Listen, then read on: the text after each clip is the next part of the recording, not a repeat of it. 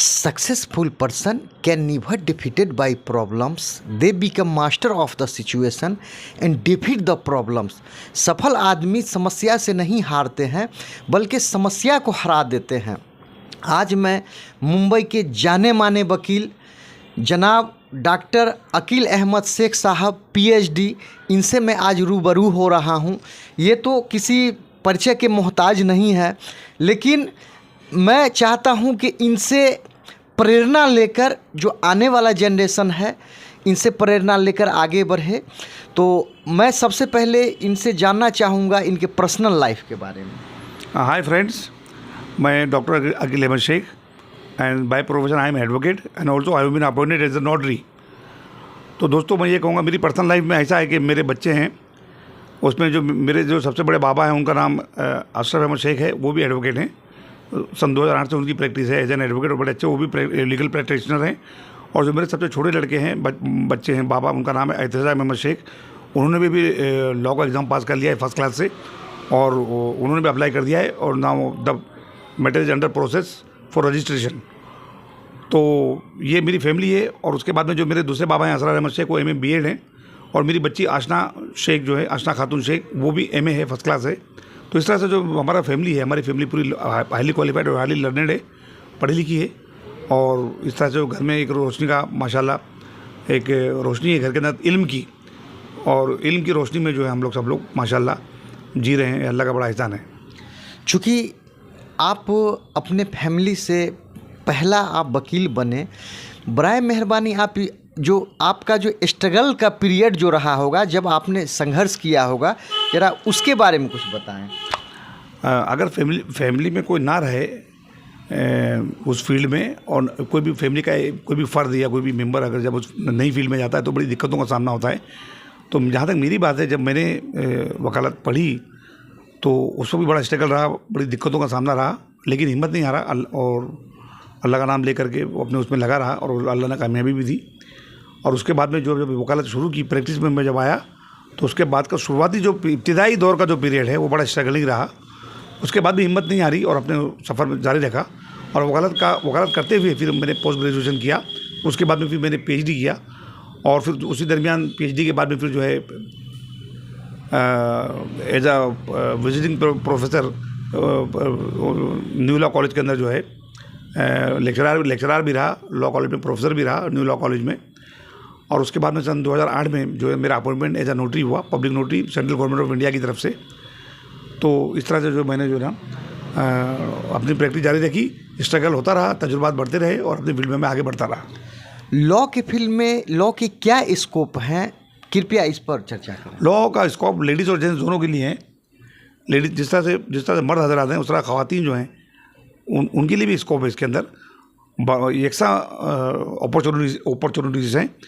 जैसे कि वकील बनने के बाद में कुछ अरसे के बाद में नोटरी के लिए अप्लाई किया जा सकता है। तो उसमें खातून जो हैं, जो ख़वातीन लेडीज़ हैं, उनको 7 साल के बाद, और जो जेंट्स हैं उनको 10 साल के बाद हो सकता है। उसमें कुछ अमेंडमेंट आया हुआ, अमेंडमेंट।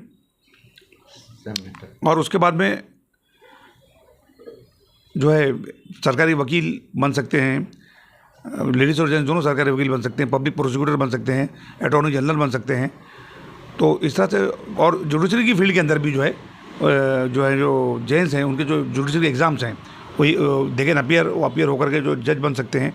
और औरतें जो है, ख़वातीन हज़रात भी हैं, वो भी जो है ना, वो जुडिशरी का एग्ज़ाम देकर वो भी जो है वो जुडिशरी में आ सकती हैं, जज बन सकती हैं। और हमने देखा कि काफ़ी लोग हैं, मतलब मजिस्ट्रेट कोर्ट में भी देखा, सेशन कोर्ट में भी देखते हैं हम, हाई कोर्ट में भी देखते हैं, सुप्रीम कोर्ट में भी देखते हैं कि जो लेडीज़ जो हैं, ख़वातीन जो हैं, वो बहैसियत जज या बहैसियत मजिस्ट्रेट या बहैसियत जस्टिस उनका अपॉइंटमेंट है और वो प्रेसाइड कर रहे हैं।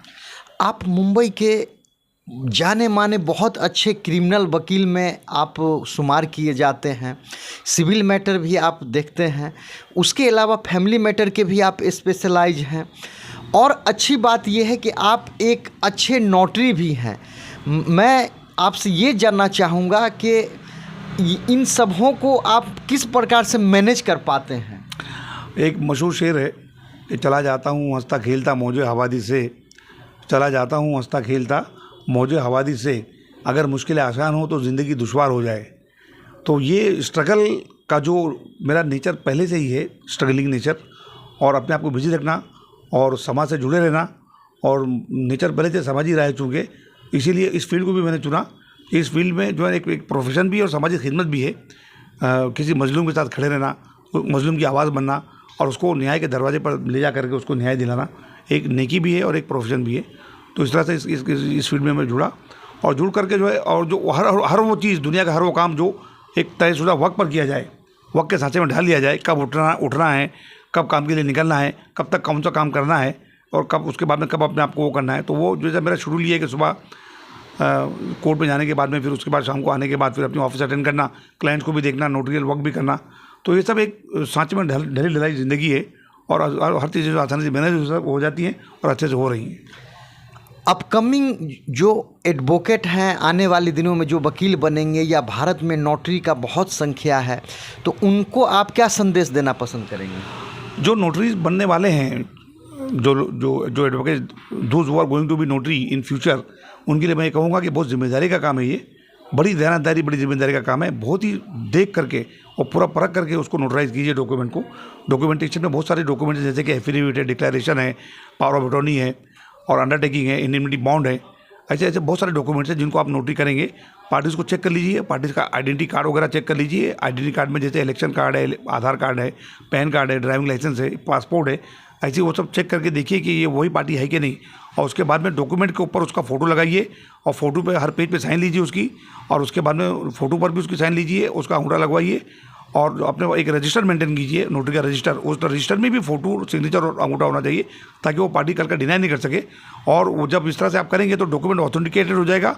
और वो चाहे 5 साल बाद या 10 साल बाद या 15 साल बाद या कितने साल बाद भी अगर कोई विवाद आता है उसके अंदर, तो वो आपका रजिस्टर और डॉक्यूमेंट जब दोनों को कोर्ट में अगर बुलाया जाएगा कहीं भी, जब दोनों मैच करेंगे तो वो साबित हो जाएगा कि वही पार्टी है और वो उसका मतलब उसके साथ न्याय होगा।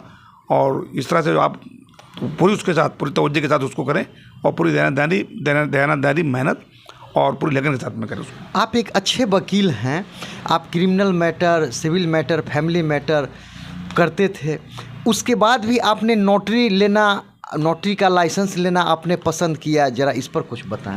ये एक एडिक्शनल अपॉइंटमेंट है, एडिक्शनल। तो ये देखा कि भाई जो है ना, जो थोड़ा समय मिल जाता है तो उसके अंदर ऑफिस के अंदर बैठ करके जो नोटिस वगैरह का भी काम किया जा सकता है।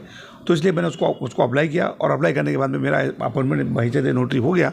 और जब से लेकर अब तक के उसको मैं अच्छी तरह से उसको देख के समझ के, जब तक कि पार्टी मेरे सामने नहीं होती है और जब तक मेरे सामने रजिस्टर में एंट्री नहीं हो जाती तब तक मैं नोटरी नहीं करता हूँ। तो सन 2008 से लेकर अब तक तो ये है कि बड़े इत्मीनान के साथ, सुकून के साथ ये काम हो रहा है।